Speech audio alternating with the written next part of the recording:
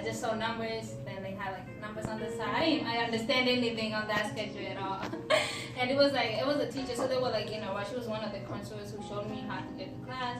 But they didn't even show me, they just showed me, oh, this is your locker, that's it. They didn't even show me how to open a locker, how to move anything. They were like, oh, that's your locker. And they left, and they took me to my first class. That was it. That was the only introduction that I got. Migrants, we try to connect them to a welcoming community, and that's what Inthe for Africa plays a role in. So you're gonna connect them to the school, but you also connect them to Inthe for Africa and the school. He also takes out and comes back to Inthe for Africa. Connected to all the immigrants in the schools, and that will also be immigrants, the immigrant students, and immigrants families too. And with that, we'll also be promoting diversity between the different nations.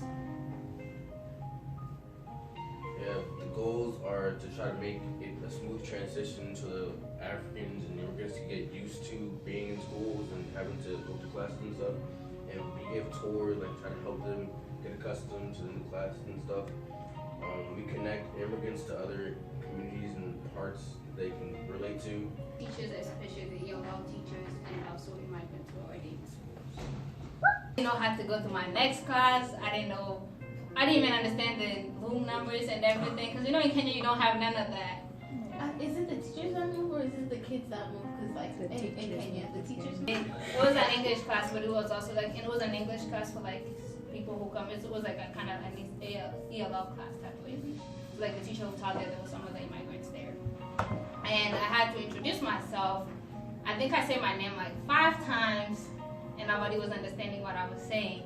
But good for me, there was 2 kids who were Kenyan. They understood what I was saying, and they said to the teacher what I was, like my name and where I just came from. And I sat next to them. But if it wasn't for those 2 kids, I would not have known how to go to the next class. I remember they used to open my locker for a whole week. So and nobody else even cared to know that I was a new student there. Like the teachers, they did their job. They showed me the first class, but they didn't know that I didn't know how to understand the schedule. They didn't know what time. Like I remember, I think I had missed even my lunch because I didn't know where to go. Because we didn't have all the classes with them. We only had 2 classes with the 2 kids that I had found in that class. But it was just because they volunteered their time. They showed me the next class, and that was it.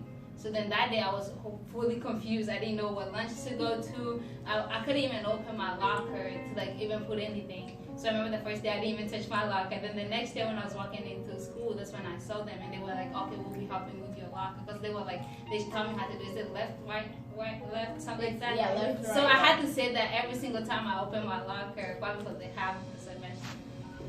Benefits for being an ambassador, they can connect with students, and they can also get new friends and people that they can relate to, and they can like exchange cultures and ideas of how they do things, and they gain volunteer hours and leadership skills that they won't get in other places, and they can build their profile up, and they can add, that's something else to add to their resume. The benefits of the new student is that he or she will be able to transition easily to schools, and also they will also receive a package helping them with the information to also help with the smooth transition. They also get connected with the Inthe. Will allow them to have another platform to help other students that the school might not know how to do, so that gives them a way to connect to the students. It'll encourage culture exchange between the students, and that the students can make too, and they'll also promote the cultures between students, the staff, and also the ambassadors. They can all connect. Sometimes they have immigrants, and they can connect through that, and allow a positive program for other students who want to get involved. And now but like I had those 2 people, I wouldn't have to. I see so many immigrants, they'll sit by themselves at lunch, because everybody, because even the new immigrants, the immigrants who are at the school, because there were other Kenyans, they were not the 2 Kenyans. But you know how Kenyans, like how your dad was saying, the older people who have stayed here, they don't want to date to the new ones because they don't want to be shunned off by their other friends. So they pretend that you don't even exist. They won't even talk to you. They have their own cliques. So if the immigrants already have their own cliques, the new students have, the people who actually come from here have their own cliques, then the new immigrants just stay there and they don't have their own friends. So and that's why we're implementing the program. It's not just to show the person how to open a locker, what the class is at. It's more than that. You gotta sit there with them at lunch. You gotta be like, it just said, oh, I'm going to this volleyball game, or I'll be playing this volleyball game. Just come, because you don't know where they'll be going. Like because they just don't have anybody at that.